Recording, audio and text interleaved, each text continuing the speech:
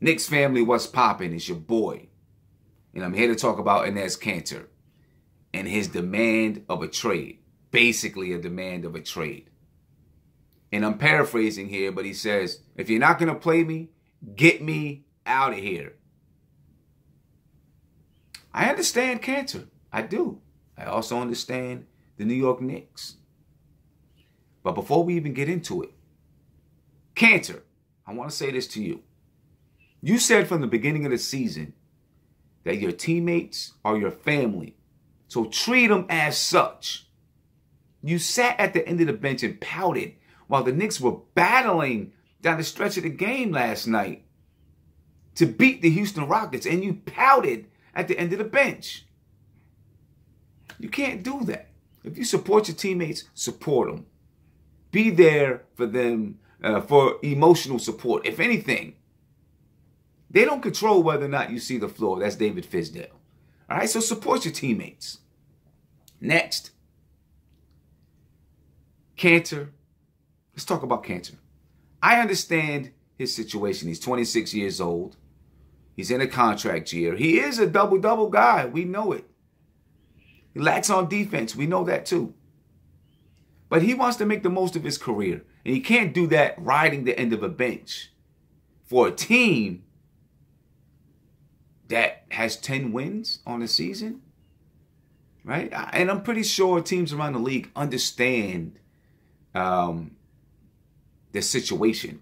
But then the question is also, Kanter's 26. Why is he not part of their plans? Kanter's asking the same question. Why am I not part of the Knicks' plans? I'm a young guy still. Tim Hardaway's 26 years old. He seems to be part of the plans. Well, Kanter, I hate to say it, and I'm sorry, but you're an antiquated center in the NBA. Today's forwards and centers are mobile. They can shoot the three. They can advance the ball up the floor, initiate the fast break. That's not you, my friend. And I love your game. I do, because I'm an old school dude. I'm an old school cat. So I love your game. But that's not the way the game is played today. And the Knicks are moving in a more modern direction. So that's why you're not part of the plans.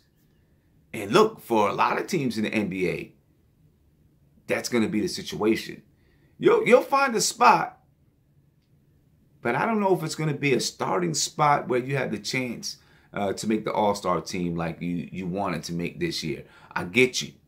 But of course, I get the New York Knicks as well. Like I said, the Knicks are going in a different direction, and they don't see you as part of their plans. And at this point in the season, we got to let the guys, the young guys that are going to be part of the plans, play. So what's the solution? There's only one solution. The Knicks and Kanter have to part ways, which I believe Scott Perry and Steve Mills are working towards. February 7th is the deadline. We need to make something happen. We got to ruffle some feathers. We got to do something. Try to bring back some assets. If we can't, after the deadline, got to waive him. Let him go. And do him right. Waive him in enough time so that he can jump onto a playoff team possibly.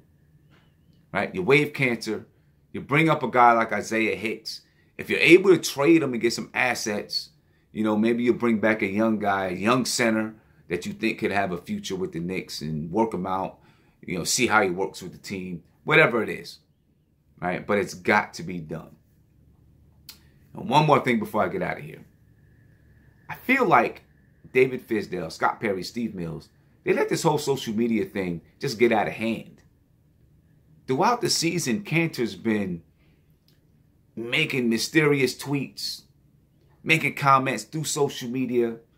And it degrades the team, right? And now he's come out and he's blatant with it. Right? I don't like my situation. If you're not going to play me, get me out of here. You know what? This sends signals to free agents, coaches, whomever, across the league that we have no control. I'm sorry, it does. And it looks like the same old fiasco when things like this happen. Right? Our players have a voice. We understand that. And Kanter may have done it anyway. we had a few, I guess, pep talks with Kanter or whatever you want to call it. It wasn't enough. And maybe he would have done it anyway. I don't know.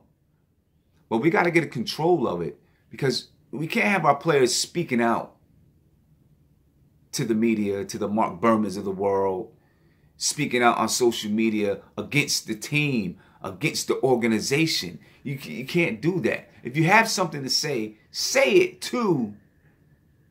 Say it to your coach. Say it to the front office. Say it to your teammates. Don't go to the media. Don't go to social media. Right? Because if you want to be part of this organization long term, that doesn't look good on you. It doesn't look good on the organization. But I feel like we let it get out of hand. And it continues to make the Knicks look like a circus.